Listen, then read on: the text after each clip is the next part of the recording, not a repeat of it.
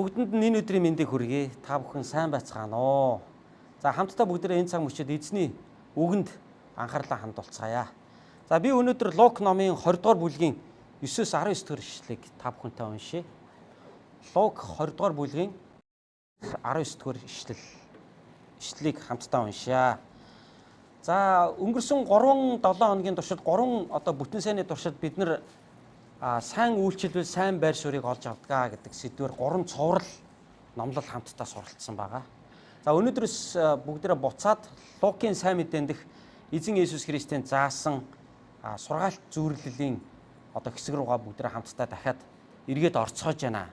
За тэгээ 20 дугаар бүлэг дээрээс өнөөдөр энэ хэсгийг хамтдаа уншаад дараагийн эзний өдөр бүгдээрээ үлдсэн бас нэг сургаалт зүйрлэлийг сураад ингээд үндсэндээ 1 жилийн туршид бүгдээрээ Лукийн сайн мэдээнд дэх эзэн Есүс Христийн заасан сургаалт зүйрлэлээр яваад дуусж байгаамаа. За ингээ бүгдээрээ тус ишлэл рүү хамтдаа анхаарлаа хандуулцгаая. За би чангаар уншия. Есүс олон түмэнд нэгэн сургаалт зүйрлэл айлцсан нь. Нэгэн хүн усан үзмийн талбай байгуулж, усан үзмийн тариланчдад түрээслээд удаан хугацаагаар явав гин. Урах сураах цаг болоход тэр усан үзмээс авчруулахаар тариланчид руу боолоо явуулжээ. Гэтэл тариланчид түүнийг зодоод хоосон буцаав. Тэр өөр боолоо явуулсанд тэд бас л түүнийг зодож доромжлоод хоосон буцаажээ. Тэр 3 дахьыг нь явуулахад тэд боолыг нь зодож шархтуулаад хөөн явуулжээ. Тэгээд усан үзмийн талбайн эзэн би яах вэ? Би өөрийн хайртай хүүг явуулъя. Тэд түүнийг минь хүндлэх байх гэв. Харин тариланчид хүүг хараад эн чинь өв залгамжлагч нь байна. Түүнийг алчих бол өв хөрөнгө нь биднийх болно шүү дээ гэж өөр хоорондоо ярилцаад тэд түүнийг усан үзмийн талбайгаас гарган хаяж түүнийг алжээ. Тэгвэл усан үзмийн талбайн эзэн тэднийг яах вэ? Тэр ирж тариланчдыг хөнөөгөөд усан үзмийн талбайгаа өөр хүмүүст өгөх болно гэжээ. Үүнийг сонссон хүмүүс тийм юм хизээч бүү болог гэцгээхэд Есүс тэднийг хараад тэгвэл барилгачдын голсон чулуу болонгийн чулуу болов гэж бичигдсэн ямар утга учиртай вэ? Тэр чулуун дээр унах хүмбэр бутрах бөгөөд хиний дээр тэр чулуу унана тэр нь няцарна гэж айлдав. Тэр цагт Есүс өөрсдийнх нь тухай сургаалт зүйрлэл айлдсныг ойлгосон хуулийн багш нар хийгээд ахлах тахилч нар түүнд гар хүрхийг санаархсан ч ард олноос айв. Амен. За би өнөөдөр эзний үгийг та бүхэнтэй түрээсээ төл гэдэг сэдвээр хуваалцахыг хүсэж байна. За магадгүй та нарын заримд нь энэ үг жоохон хүнд тусчиж магадгүй те. Яг тэгвэл энэ нийгэм дээр байнга л яригддаг сэдв шүү дээ ер нь. Бид нар ч үйл хөдлөх хөрөнгийг эзэмшдэг.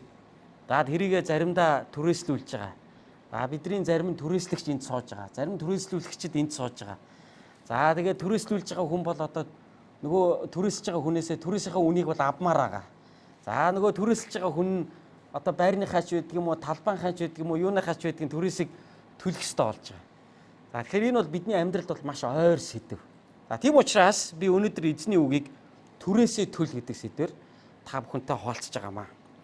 За яг үнэндээ энэ дэлхий дээрх амьдралд маань минийх гэдэг зүйл бол нэгч байхгүй гэдгийг бид шууд ойлгох хэрэгтэй. Энэ дэлхий дээр миний эзэмшиж хэрэгжилж байгаа миний гэж бодсон бүхэн яг үнэндээ минийх биш. Энэ бол Бурханых. Бид энэ амьдралыг Бурханаас түрээсэлж байгаа. Бид энэ цаг хугацааг Бурханаас авсан. Бид амьдралынхаа хайртай хүмүүсээ хүртэл гэр бүлээ хүртэл бид Бурханаас л авсан. Бурхан буцаагаад аавна. Цаг нь болоход. Тэгээ бүх зүйл Бурханаас өгөгдсөн. Бид цаг нь болоход Бурханд буцаагаад өгдөг. Яг үнэндээ минийх өөрд мөнх минийх гэж нэг ч юм яг энэ дэлхий дээр байхгүй. Та өөрийнхөө өмсөж байгаа хувцсыг яг минийх л гэж бодож байгаа л да. Унж байгаа машина миний юм гэж бодож байгаа. Дотроо эн чинь миний юм гэж өөртөө дотроо бодож байгаа. Яг үндэ таних биш л байхгүй юу? Яг бичгээр өмтөн таны нэр дээр байгаа. Та мөнгөө төлсөн мөн тэр байр, тэр үйл хөдлөх хөрөнгө, магадгүй тэр машин, таны барьж байгаа гар утас, идэл чиргэлж байгаа бүхэн амьдралынхаа хань ижлийг хүртэл минийх гэж харж байгаа штэ. Эн чинь миний юм гэдэг. Яг баг зарим хүмүүс бол өөрийнхөө нөхөртэй юм уу, эхнэртэй бол бараг л өмч юм шиг. Тэгээ бараг л төрхөөс л бараг тэр нь өөрийнх нь болцсон юм шиг ингэж айшилж аяглаж байгаа. Гэтэл Бурхан авахаа хөрвөл бүх юмыг биднээс авч чаддаг. Бурхан өгсөн учраас бид энэ амьдралын энэ бүх зүйлийг өнөөдөр эдэлж хэрглэж байгаа. Яг үүндээ минийх гэдэг зүйл нэгч байхгүй. Бид энэ амьдралын бүх зүйлийг Бурханаас авсан энэ бүгдийг бид Бурханд буцаагаад өгдөг. Тийм учраас хуучин гэрээний Йов номон дээр Йов юу гэж хэллээ? Би энэ хорвоо дээр нүцгэн ирсэн, би энэ хорвоогоос нүцгэн буцнаа гэж. Би энэ хорвоо дээр юу ч өөрөө авчраагүй. Энэ хорвоогоос явахдаа би юу ч өөрийн одоо юм шиг аваад би энэ хорвоогоос явж чадахгүй. Тийм учраас Бурхан өгсөн, Бурхан авсан. Тийм учраас түүнд алдарн байг. Би өөр юу хэлэх вэ гэж Йов тэгж хэлсэн байдаг шүү дээ. Тэгэхээр яг үүндээ минийх яг үрд мөнх минийх гэж өмчлөгдөх нэг ч зүйл энэ хорвоо дээр байдгүй юм байна. Өнөөдөр ч гэсэн бүгдээрээ хамтдаа өөрсдийнх нь биш нэг зүйлийг өөрсдийн болгох гэж зүтгэж байгаа нэгэн хэсэг түрээслэгчдийн тухай уншиж штэ. За Есүс сургаалт зөвлөл ярьж байна. Тийм ээ? Есүс олон түмэнд ийм нэгэн сургаалт зөвлөл айлцсан нь гэд усан үзмийн одоо талбай, түүнийг эзэмшигч эзэн түүнийгээ түрээслүүлж байгаа тэр одоо тариланчдад түрээслүүлж байгаа. Тэгээд тэр тариланчид тэр талбайг нь одоо түрээслэж байгаа тухайн нэг сургаалт үлгэрийг Есүс одоо зааж байна. За, юу гарч байна? Нэгэн усан үзмийн талбай эзэн байсан. Усан үзмийн талбай байгуулад түүнийгээ одоо усан үзмийн тариланчдад түрээслээ. Тэд нар ингээд олон жил усан үзмд тариалсан, яаж усан үзм ургуулахыг мэддэг туршлагатай насаараа усан үзмчд байсан. Нөгөөдөл нь. Магадгүй өвөг дээдс нь усан үзмийн талбай дээр ажилладаг тийм хүний үр удам. Хар багасаа усан үзмийн талбай дээр өссөн, усан үзмийн талбай дээр тоглож өссөн, усан үзмийн талбай дээр одоо хамаг л амьдрал нь өрнөсөн ийм л хүмүүс байгаа. Усан үзмийн талбай дээр өссөн, усан үзмийн талбай дээр магадгүй дурлсан, усан үзмийн талбай дээр магадгүй хормоо хийжсэн, усан үзмийн талбай дээр шахуу бараг үр хөвгтөнд төржсэн ч байж магадгүй. Ерөөсөө нэг юм усан үзмийн талбайгаар амьдардаг нэг хэсэг хүмүүс, мэрэгжлийн хүмүүст одоо энэ талбай эзэн өөрийнхөө талбайг түрээслүүлээд алс хол явсан. За тэгээд түрээслүүлчихэд явахдаа тохирсон тийм ээ. За би урах сурах цагаар та нар руу боолоо явуулна шүү. Та нар миний талбайн одоо үр шимийг аваад над руу одоо ингээд жингийн цуваагаар тийм ээ. Одоо юу гэдгийг ачаанд ачаад ингээд над руу явуулаарай. За мэдээж тохирсон байгаа, цалин хөөсөө тохирсон байгаа. Тэд нар нийт ургацсан хэдэн хувийн ч байдгийн тариланчд өөрсдөө авна. Тэдэн хувийг нь яг эзэнд нь өгнө. Өөрсдөө авсан хэсгээрээ тэд нар зах дээр гаргаж 8 хийн тэгээ мөнгө олж байгаа ч гэдэг юм. Ингээ ямар ч байсан эдгээр гэрээ байгуулад тогсон нь бол ойлгомжтой. За ингээд усан үзмийн талбайн эзэн явсан. За яг одоо урах сурах цаг нь болоход боолоо явуулж байгаа. За очиод урах цаваад. Одоо урах сурсан. Одоо би өөрийнхөө урахцыг одоо авах цаг маань болсон гэж. За боол нь ирээд тариланчтай уулзаад за эзэн намайг явууллаа. Нөгөө ярьснараа урахцаа авъя гэж байна гэд хэлсэн. Тэгсэн чинь нөгөө тариланчид буюу түрээслэгчид яасан?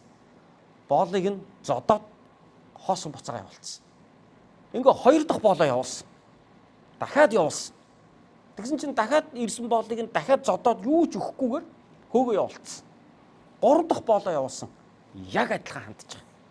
Тэгээ эцэст нь энэ эзэн юу гэж бодсон бэ гэхээр за би хүүгээ явуулъя. Төрсөн хүүгээ явуулъя. Ирхэш миний хүүг хүндэлж үзэх байлгүй дээ. Ирхэш миний хүүгээс нэг айж эмээх байлгүй дээ. Боолуудын маань тоодгүй юм байж. Хүүд минь бол арай өөрөөр хандах байх гэж найдсан. За ингээ төрсөн хүүгээ явуулсан. Тэгсэн чинь нөгөө тариланч чи хүүг нь хараад өө эн чинь өв залхамжлагч биш үү? Энийг бүр алдчих л да. Тэгвэл энэ одоо усан үзмийн талбар биднийх боллоо штэ. Тэгвэл одоо бүр сайхан ингээд энийг бүр өөрийн болгоод авчих. За ингээ нөгөө хүүн ирээд нөгөө өмнөх 3 одоо боолтой нь адилхан аав намайг явууллаа. Та нар аавд минь амсан ёсороо гэрээнийхээ дагуу тогсон ёсороо та нар ургацаа явуулах ёстой. Би авах гэж ирлээ. Тэгсэн чинь нөгөөдүүл нь яасан? Хүүгийн хашаанаас хөөж гаргаад Есүсийг Иерусалимаас гаргаад гэдэгтэй адилхан тийм ээ. Алаа ицсэн. Есүсийг Иерусалимаас гаргаад Голготын толгой дээр цовдлж алсан. Үүгээрээ Есүс өөрийгөө хэлсэн. Тэр өмнө нь ирсэн олон боолууд тэр хөөгдөж чулуугаар цохиулаад зодуулаад хөөгдөө явдаг тэр олон боолууд нь хуучин гэрээний туршид Бурхны илгээсэн иш үзүүлэгчдийг Есүс үүгээрээ хэлсэн. Энэ усан үзмийн талбай гэдэг бол Израильчууд өөрсдөө. Энэ усан үзмийн талбайг түрээслэгчд бол энэ Израилийн удирдагч нар байхгүй юу? Өөрөөр хуулийн багш нар болон ахлах тахилч нарыг хэлж байгаа. Тэгэхээр энэ хуулийн багш нар болон ахлах тахилч нар бол Израилийн ард түмний удирдагчд байсан. Тэд бол сүнсний удирдагч, оюун санааны удирдагч нь байсан байгаа. Тэд нар энэ ард түмнийг Бурхны ард түмэн болгоод Бурхны үг сургаалыг зааж өгөөд энэ ард түмний амьдралын үр жимс нь яг тэр усан үзмийн одоо үр жимс лугаа адил Бурхны өмнө одоо төрж гарах ёстой байсан. Гэтэл төрүүлээгүй, гаргаагүй, ургацыг өгөөгүй. Бурхан ард түмнээсээ өөрийнхөө хүссэн тэр сүнслэг үр жимсийг хүлээж исэн боловч Бурхны ард түмэн түүнд энэ үр жимсийг өгөөгүй. Бие бинийгээ хайрлаагүй. Бурхан дуулууртаа байгаагүй.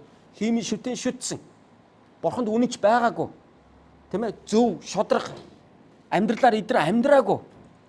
Яг энэ ард түмнийг усан үзмийн талбайтай зөөрлүүлэх юм бол усан үзмийн талбайн эзэн усан үзмийн талбайгаасаа үр жимс гараасаа гэж хүсдэгийн адил Бурхан өөрийнхөө ард түмнээс сүнслэг үр жимсэл хүлээжсэн.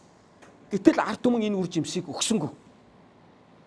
Тэгэнгүүт нь Бурхан иш үзүүлэгчтэй хуучин гэрээний түүхийн туршид илгээсэн.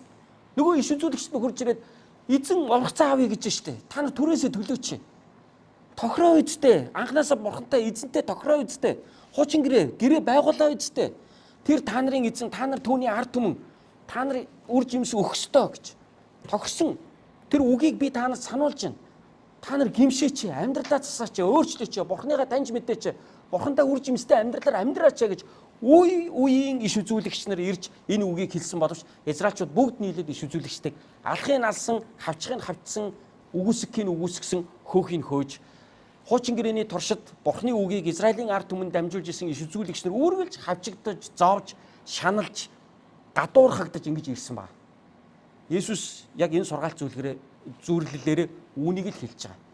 Ингээд эцэст нь Израилийн ард түмэн Бурханд дуулууртаа байж өгөхгүй болохоор эцэст нь Бурхан өөрийн хүү Есүс Христийг аврагч болгон илгээсэн. Та нар миний хүүд итгээрэй. Миний хүүд итгээд та нар миний хүүгийн нэрээр ариун сүнсийг хүлээж авах юм бол та нарын амьдрал ариун сүнсний үр жимстэй болно. Өөрөөр хэлбэл усан үзмийн талбайгаас одоо би үр жимсээ авъя гэд Бурхан хүүгээ илгээж байна. Гэтэл нөгөө хүмүүс яасан? Есүс Христийг харангуйтаа энэ өв залгамжлагч байна. Энийг алчаад усан үзмийн талбайг бүр мөсөн өөр юм болгоё. Ойр дэр гэрэгийг өөрчилж. Тийм ээ? Иргэний бүртгэл мэдээллийн төв дээр таньдаг хүн байгаа. Тэгээ тамга тэмдгийг өөрчилж. Тэгээ өөрийн болгоод тавч. Тэгээ Есүс Христийг талбайгаас хөөж гаргаад Голготын толгой дээр цовдлж алсан. Есүс энэ сургаалт зүйлээр үүнийг л хэлээд байгаа. За ийм тохиолдолд одоо яах вэ? Тэгээд Есүс өөрсдөөс нь буцаагаад асуусан. Одоо тэгвэл газрын эзэн яах ёстой вэ? Газрын эзэн өөрөө ирээд тэр олиггүй тариаланчдыг бүгдийг хөөж зайлуулад шийтгэх гэсэн утгатай шүү дээ. Мөнхийн шийтгэлийн тухай ярьж байна. Эцсийн шүүлтийн тухай ярьж шүү дээ одоо. Бүгдийг хөөж зайлуулад энэ одоо юугаа те талбайгаа өөр хүмүүс түрээслүүлнэ гэж хэлж байгаа. Өөр хүмүүс түрээслүүлнэ. Өөр хүмүүс ирээд энэ талбай дээр нь ажиллаад тэр эзэнд ургацыг нь өгөх болно. Энэ бол хариу үндэстнүүдийг хэлсэн. Израильчууд Есүс Христийг үгүйсгсэн, Израильчууд сайн мэдээг үгүйсгсэн, эзнийг үгүйсгсэн учраас сайн мэдээ хариу үндэстнүүд рүү явсан. Ингээ Израиль биш үндэстнүүд тэр талбайг, Бурхны талбайг, Бурхны тэр шинэ гэрээг түүний хүүгээр дамжуулан хийгдсэн тэр нэгүслийн авралын шинэ гэрээг энэ дэлхийн бусад үндэстнүүд хүлээж авснараа өнөөдөр Есүс Христэд итгэлээр дамжуулан ариун их үр жимсийг Бурханд өнөөдөр өргөж байгаа. Тэдний нэг хэсэг нь өнөөдөр бид болсон аж уу. Тэгээд энэ зүйлийг Есүс Христ хэлсэн. Тэгсэн чинь нөгөө хүмүүс сонсч яснаа юу гэж хэлсэн гэхээр үүнийг сонссон хүмүүс тийм зүйл хизээч бүү болог гэцгээхэд Есүс тэднийг хараад. Тэгээ би 17 дугаар ишлээс уншиж шээ. Тэгвэл барилгачдын голсон чулуу болонгийн чулуу болов гэж бичигдсэн ямар учиртай вэ? Тэр чулуун дээр унах хүн бүр боторох бөгөөд хиний дээр тэр чулуу унана тэр нь няцрна гэж айлдваа. Аамен. Ингээ Есүс нөгөө нэг битүү утгаар, тойруу утгаар өөрсдөг нь хэлчихлээ шүү дээ. Та нар бол яг үнэндээ Бурханаас төрөлсөж байгаа байхгүй юу? Тэгээ Бурхан та нараас бол үр жимсээ авмаар байгаа. Та нар бол тэрийг өгсөнгөө. Тэгэхээр одоо яах вэ? Бурхан эцэст нь хүүгээ илгээлээ шүү дээ. Тэр нь бий байна гэж Есүс өөрийгөө хэлээд байна. Гэтэл тэр хүүгийн та нар бүр ингээд алаад одоо тэр талбайг бүр өөрийн болгож авна гэж Есүс өөрийгөө алуулах тухайгаа ингэж хэлж байгаа байхгүй юу? Тэгээд эцэст нь Бурхан яах вэ? Та нараас энэ хаанчлалыг аваад хариу үндэстнүүдэд өгнө. Тэд харин энэ талбайг түрээслээд Бурханы хүссэн тэр үр жимсийг гаргах болно гэж хэлсэн. Тэгсэн чинь сонсч ирсэн тэр хуулийн багш нар болон ахлах тагч нар сонсч ирснаа хизээч ийм юм бүү болох гэж хэлсэн байна. Амны бэлгээс аштын бэлэг гихчээр одоо нэг ярьж яан л та уулна санаа нь бол уулна те хизээч ийм бүү болог гэж. Тэгсэн чи Есүс одоо хэлж штэ яг үндэ болцоод байна штэ. Та нар наанаа ингээл нэг сайхан цээжи дэлдэл ийм болохгүй бид бол Бурхны ард түмэн ийм тиймгээ сайхан юм яриад байна. Үндэ болцоод байна штэ. Үндэ та нар тэр ирүүлсэн хүүгийн та нар ад үзээд байна штэ. Тэр хүүгийн та нар үгүйсгээд байна штэ. Тэгвэл би та нарт нэг ишлэл хэлье гэж хаад одоо Есүс тэр ишлэлийг хэлж байна. Хуучин гэрээний. Барилгачдын голсон чулуу болонгийн толгуур чулуу болов гэж бичгсэн тэгвэл ямар очиртай. Та нар голсон л байгаад байгаа үстэй. Тэр хүүгийн голсон л байгаа үстэй гэдэг утгаар Есүс энэ ишлэлийг хэлж байгаа байхгүй юу? Тэгэхээр усан үзмийн тариланчдын жишээн дээр барилгачдын жишээг авчлаа л да. Тэгээ энэ хоёр жишээ яг адилхан байгаа. Усан үзмийн тариланчд гэдэг бол мэрэгжлийн усан үзм тарилгачд. Тэд Бурханаас газрын түрээсэлж аваад үр жимс ургуулах ёстой. Ургуулсангүй. Эцэст нь хүүгээ явуулах нь хүүгийг алчлаа. Энэ нь яг юутай адилхан бэ гэхээр мэрэгжлийн барилгачд жинхэнэ сайн чулууг нь голоод тэр чулууг нь голоод ингээд барилгын одоо нөгөө хашаанаас гаргаа ичж байгаатай адилхан. Өө энэ чулуу хэрэггүйгээ гаргаа ичсэн. Гэтэл үнэндээ тэр чулуу нь яг үнэндээ барилгын хамгийн чухал чулуу нь байсан. Тэр болонгийн тулгуур чулуу нь байсан гэдэг. Мэргэжлийн барилгачид мөртлөөсөө тэр чулууг голж байгаа. Үүгээрээ Есүс юу хэлээд байгаа юм гэхээр нөгөө усан үзмийн тариаланчид хүүгийн нэрэнгүүт гаргаад алсантай адилхан барилгачид жинхэнэ сайн чулууг нь голж байгаатай адилхан Есүс Христ гологдож загалмайд цовдлогдсон нас орж байгаамаа гэдгийг Есүс үүгээрээ илэрхийлж байгаа. Тэгээд Есүс үүгээрээ юу гэж хэлж байгаа гэхээр тэр чулуун дээр нь бүдрээ дээр нь унсан хүн бол яах вэ? Тийм ээ? Унах хүн бүр бутарна. А тэр чулуу хэн нэгний дээр унах юм бол яах вэ? Тэр хүн бол бүр бяцрана гэж байгаа. Юу гэсэн үг вэ гэвэл Есүс Христээс болж хожим Бурхан энэ дэлхийг шүүх болно. Тэр үед Есүсээс болж бүдэрсэн нэгэн шийтгэл амснаа. Харин Есүсээс болж бүдрээгүй буюу Есүсийг хүлээж авсан, итгэсэн, эзнийг дагалдагчаа болгон дагсан нэгэн бол аврагдах болно гэдгийг Есүс үгээрээ хэлсэн байна. Тэгэхээр өнөөдрийн бидний уншсан энэ багцлал дээр бол усан үзмийн тариланчид талбайг түрээсэлж байгаа тэр түрээслэгчдийн талаар мөн тэр чулууг голоод гаргаж хайж байгаа барилгачдын талаар хэлсэн. Энэ хоёр зүйлээрээ дамжуулаад Есүс хэнийг хэлж байгаа юм гэхээр тухайн үеийн Израильчууд тэдний удирдагчдыг хэлсэн. Тэд үнэндээ Бурханд тааламжгүй амьдралаар амьдарсан. Тэд үнэндээ Бурханы хүслийг бол биелүүлсэнгүй. Тийм учраас Бурхан тэднээс хаанчлаа аваад хариу үндэстнүүдэд өгч байгаа. Өөр хүмүүс талбайгаа түрээслүүлж байгаа. Түрээсэлж байгаа эзэн орж ирлөө манай баригч нар будаа олгож байна. За болио. Энэ жил гэрээ дуслаа шүү. Уушлаарай. Тэ намар гараараа. За нэг Монголд нэг иймэрхүү яриа зөндөө олдог да. Та нарч баг ийм яриа зөндөө хийдэг бах та. Айгуул бол өөрсдөө тэ арай л ста нэрэ муухай сууж байна. Боли өөр айтайхан хүмүүс түрээслүүлнэ. Гэл тэ. Тэгэл яах вэ? 5 сар боллоо 6 сар боллоо. За 100 боллоо дууслаа. Уушлаарай. Гэрээ дуусаа. Баяртай. Та нар өөр газар гараараа. Би 6 сарын өмнө танарт хэлсэн байсан шүү. Тэгээд зар тавиад шин түрээслэгч хайж байгаа. Яг л үүнтэй адилхан. Бурхан танд таны амьдралыг түрээслүүлсэнийг та мэдхүү. Бурхан танд байгаа бүхний чинь өгсөн гэдгийг та мэдхүү. Та үүнийг өнөөдөр харин зөв хэрэгжилж гэнэ үү? Зөв ашиглаж гэнэ үү? Бурханаас өгсөн энэ амь амьдрал, Бурханаас өгсөн энэ цаг хугацаа, Бурханаас өгсөн энэ гэр бүл, хань ижил, хайртай хүмүүс чинь, Бурханаас өгсөн энэ үйлчлэл, Бурханаас өгсөн энэ бизнес, Бурханаас өгсөн энэ эрдэм боловсрал, Бурханаас өгсөн энэ авьяас чадвар, энэ бүхэн бол танаас Бурханаас өгөгдсөн зүйл юм. Танд Бурханаас өгөгдсөн зүйл юм. Цаг нь болоход та дуусна, би ч дуусна, бид нар бүгдээрээ дуусна. Мөнхөд үргэлжлэх юм гэж байхгүй. Тэр үед бид Бурханы өмнө очиод тайлангаа тавих өдөр ирнэ. Өөрөөр хэлбэл Бурхан надаас за хүмүн би чамд амьдрал өгсөн биш үү? Би чамд бэлэг авьяас өгсөн биш үү? Би чамайг хар багаас чинь тийм ээж аавын дор тийм сайхан боловсрал эзэмшүүлээгүй биш үү? Хүмүн би чамд ийм боломжуудыг өгч би чам руу ийм сайхан хүмүүсийг илгээсэн босоо. За одоо миний үр жимс хаана байна гэж асуух өдөр ирнэ. Тэр өдөр бид эзэнд үр жимсээр нь өөрөөр хэлбэл бид өөрсдийнхөө амьдралаас гарах тэр ариун сүнсний үр жимсээр бид эзэндээ одоо түүний энэ амьдрсан амьдралынхаа одоо амьдралыг бид нар одоо буцааж тайлагнах тийм өдөр биднэрт ирж байгаа. Тийм болохоор амьдралд чинь илгээгдсэн Бурханы боолуудыг хүлээж ав. Эцэст нь тэр хүүгээ явуулсан бол түүний хүү Есүс Христийг бас хүлээж ав. Есүс Христэд үнэхээр чин сэтгэлээсээ та итгээрэй. Таны амьдрал бол зөвхөн таны амьдрал биш. Та зүгээр энэ хорвоо дээр нэг 70 жил, 80 жил ирж амьдрчаад зүгээр нэг ингээд бусдын адил энэ хорвоо дээр ирээд явахын тулд биш. Энэ хорвоо дээр та Бурханаас ирсэн, та Бурхан руугаа буцаж байгаа. Тийм ээ? Би саяхан Английн хатан хааны хэлсэн үгийг бас сошиал дээрээс олж уншичаалаа. Би Netflix гэдэг нөгөө киноны сайт байгаа шүү дээ, тийм Америкт байдаг. Netflix дээрээс би Crown гэдэг Английн хатан хааны амьдралаар хийсэн дотроо бараг энэ чи хэдэн сизон байсан бэ? 7-6 сизон байсан үү те? Нэг сизондээ л 10 ангитай. Энэ киног би сая одоо өнгөрсөн хаврын туршид үзсэн. Үнэхээр энэ сонирхолтой байсан. Англи хэлээ ч гэсэн сонсож одоо British English-ийг одоо сонсох ямар ч чихэнд сонсголонтой гоё байдгийн те. Тэгээд Английн хатан хааны амьдралыг ингээд тэр киноноос ингээд яг түүхээр нь хийцэн кино ингээд судлаад үзэж байгаа. Надад аюул сонирхолтойсэн.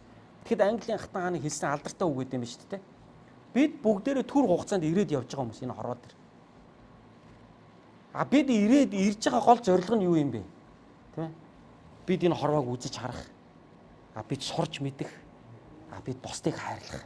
Тэгэл цаг нь болоход бид энэ хорвоос буцаад явдаг гэж. Үүний төлөө бид ирсэн. Тийм учраас энэ хорвоо дээр бид яах гэж ирсэн? Юуны төлөө ирсэн? Энэ амьдрал гэдэг чинь хязгаартай дуусах өдөр байгаа. Эхэлсэн өдөр байхад дуусах өдөр байгаа. Харин тэр өдрийг хүртэл бид Бурханд тааламжтай амьдрах учиртай гэж. Тэр киног үзэж байхдаа хатан хааны хэлсэн тэр үгнээс би маш их урам авч байсан. Тэр чинь өөрөө Христ итгэж хүн байсан шүү дээ. Орой болгон унтахынхаа өмнө орныхаа хажууд өвдөг сүгдэн суугаад залбираад унтдаг тийм хатан хаан байсан. Билли Грэм алдарт номлогч, авралын зар тараагч Билли Грэм Англид очиод номлоход те мянган англичуудыг цуглуулад номлоход Англид үнэхээр сэргэлт ирж ирсэн. Тэгэхэд хатан хаан ордондоо дуудаж бүр уулзж ирсэн. Уулзаад бүр үнэхээр танд Бурханаас юм аюус өгөгдөж та яаж ингэж мундаг сайн ярьдаг болсон юм бэ гэж Билли Грэмээс бүр өөрөө бүр тэгж асуужсэн байдаг залуудаа. Тэ үнэхээр бас Бурханы хүн байжээ тэр эмэгтэй. Хичнээн одоо хатан хааны амьдрал нэг талаар хатуу төрийн одоо нүрийг ингэж одоо түмэнд харуулж ингэж амьдарч байгаа чинь өндөр хариуцлага үүсэж байна. Эмоцоо маш их барьж байна. Олон хэцүү зүйлсүүдийг даван гарч байна тэр хүн. Гэхдээ л тэр хүн үнэхээр Бурханы хүн байжээ гэж би тэр киног үзээд мэдэрсэн байхгүй. Та бид ч гэсэн энэ хорвоо дээр одоо Бурханы хүмүүс байхаар ирсэн. Тэгээ энэ амьдралыг Бурхан та битээр түрээслүүлсэн биш үү? Тэгээ та тэр одоо өгсөн амьдралаар энэ яаж амьдраад байгаа юм? Яаж амьдарч байна? Тэгээ үрэн таран хийгээ хамаагүй амьдарч байна уу? Тэ? Эргээд тайлагнахгүй юм шиг тэр урах сураалтын үеэр боол ирээд ургацаа авахгүй юм шиг амьдраад байна уу? Юу вэ? Хэн бэ наа чинь нөгөө боол гинэ юу яах ч юм? Нөгөө газрын эзний боолно гэж нөгөө за яах ч юм? Ургацаа авъя гинэ юу ургацсан? Хөөгөө явал наадахыгаа. Бид Бурханд ингэж хандж болох уу? Үгүй. Тийм учраас бид эзний өмнө хариуцлага хүлээсэн хүмүүс учраас бид эзэн Есүс Христийг хүлээж авч түүний үгэнд орж түүнд дуулууртаагаар амьдралынхаа туршид бид ариун сүнсээр удирдуулж миний амьдралаас хэрвээ намайг усан үзмийн талбай гэж бодох юм бол хэрвээ намайг усан үзмийн модтой зөөрлөх юм бол миний амьдралаас Бурханд тааламжтай тэр үр жимс гарч амьдрах шүү дээ. Яагаад гэвэл эзэн биднийг явж их жимс сургуулаасаа гэж биднийг илгээсэн юм. Иохан номын 15 дахь бүлэг дээр Есүс бас усан үзмийн модон дээр Есүс сургаалт үлгэр ярьсан байдаг. Есүс өөрийгөө юу гэж хэлдэг вүлээ? Би бол усан үзмийн мод. Бурхан бол усан үзмийн цэцэрлэгч. Та нар бол харин мөчрүүд нь. Мөчр модтой холбоотой байж жимс гаргана. Мөчр модтой холбоогүй бол жимс гарахгүй. Тийм учраас надтай холбоотой бай. Бурхан та нарыг явж их жимс ургуулаасаа гэж та нарыг илгээсэн юм, та нарыг томилсон юм гэж хэлсэн байдаг. Тэгэхээр бид бүгдээрээ нэг зүйлийн төлөө дуудагдсан, нэг зүйлийн төлөө илгээгдсэн, нэг зүйлийн төлөө томилогдсон хүмүүс. Тэрний юу вэ гэвэл Есүстэй холбоотой байж их жимс ургуулах нь бидний амьдралын үндсэн зорилго юм аа. Үүний төлөө бид илгээгдсэн, үүний төлөө бид дуудагдсан хүмүүс юм аа. Эзэн биднээс ургац авахыг хүсдэг.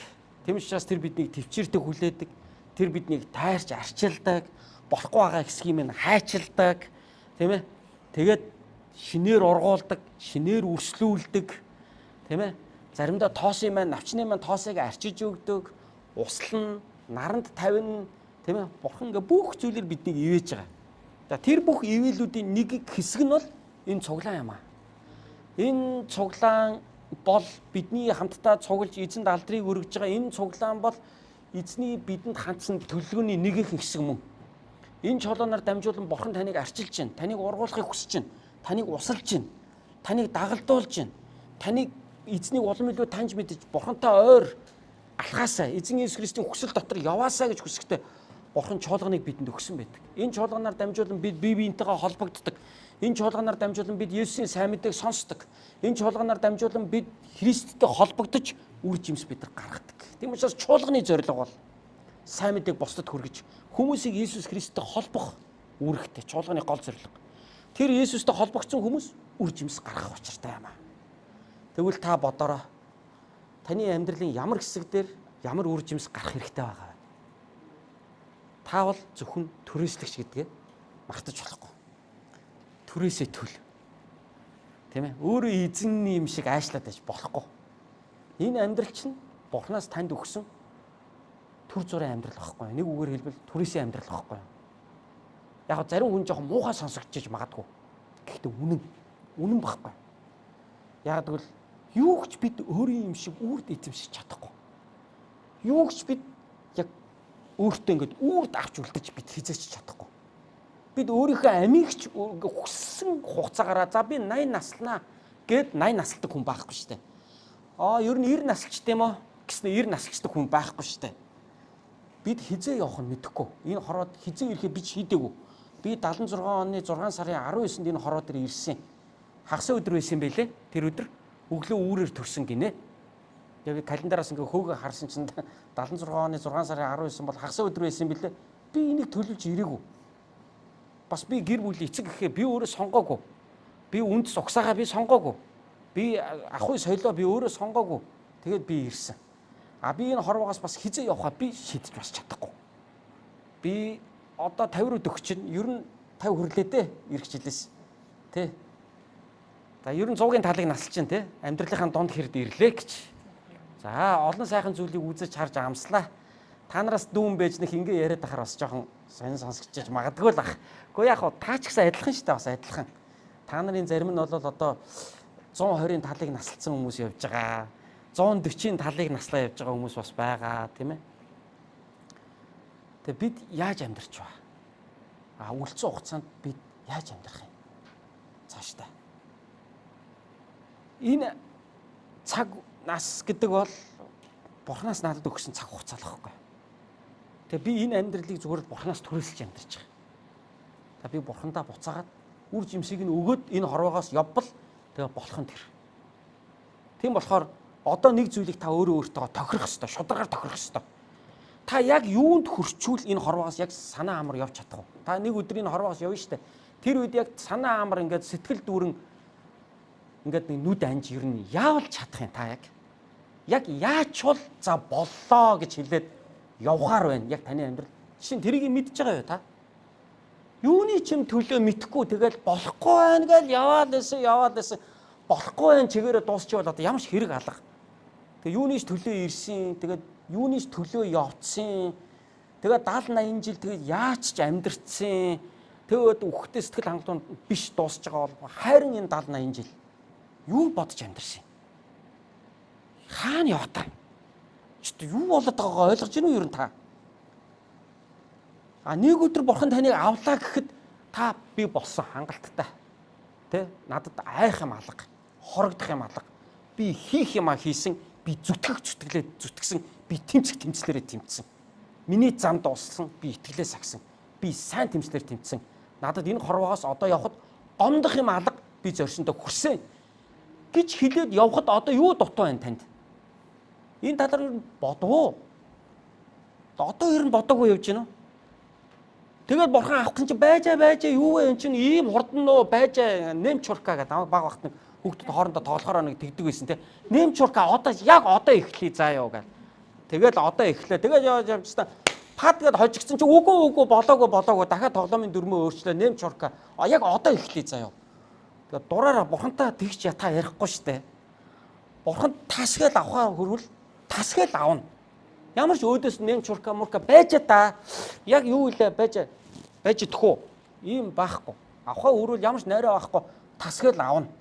үлдчихэж байгаа хүмүүс нь ямар ч оршил байхгүй үлддэг. Та нар тийм амьдралыг хардаг үстэй. Арайч ингээ явчихна гэж бодсонгүй. Арайч гэд ингэдэг. Бурхан авахаа өрөл шууд тастал авчдаг ерөөсөө. Тэнд ингээд авлаа шүү. Авлаа шүү гэдэг байж л да гэж яснаа те. За одоо яг аав баяртай гэж явдаг хүн байхгүй. Тэгэхээр таны өнгөрж байгаа цаг хугацаа болгон үр дүнтэй. Утга учиртай байх ёстой. Тийм ээ? Та амьдралаа яаж тодорхойлж байгаа? Та өөрийнхөө бурханы өмнө өргөж байгаа энэ бурханаас авсан энэ амьдралаа юу нь яаж амьдрч вэ? Би бол бурханы хүүг хүлээж авсан. Би тэр хүүг хүлээж авсан. Тэгээ би тэр хүүтэй хамт алхах гэж хичээж байгаа. Чадан алхаж байгаа. Миний алдаа оноотоо тэр хүүтэй хамт алхаж байгаа энэ амьдралыг тэр хүү мэддэг, ойлгодог. Намайг өршөөдөг, намайг уучилдаг. Миний залбирлыг сонсдог, гарын минь үүсийг тэр өрөөдөг. Тийм учраас нэг л өдөр эзэн за миний чамд өгсөн амьдрал одоо ингээ боллоо гэж хэлэхэд би ингээд үхлийн өөдөөс инээж чадах хэрэгтэй. Тэг өнгөрсөн амьдралдаа сэтгэл хангалуун үлдчихэж байгаа хүмүүстэй хэл хүүгээ хэлээд явж чадах хэрэгтэй. Энэ бол хүн шиг амьдрал. Энэ бол бурхны хүний амьдрал. Бурхны хүн ингэж амьдрдаг. Ингэж амьдрцгаая бүгдээрээ. Хамтдаа залбирцгаая.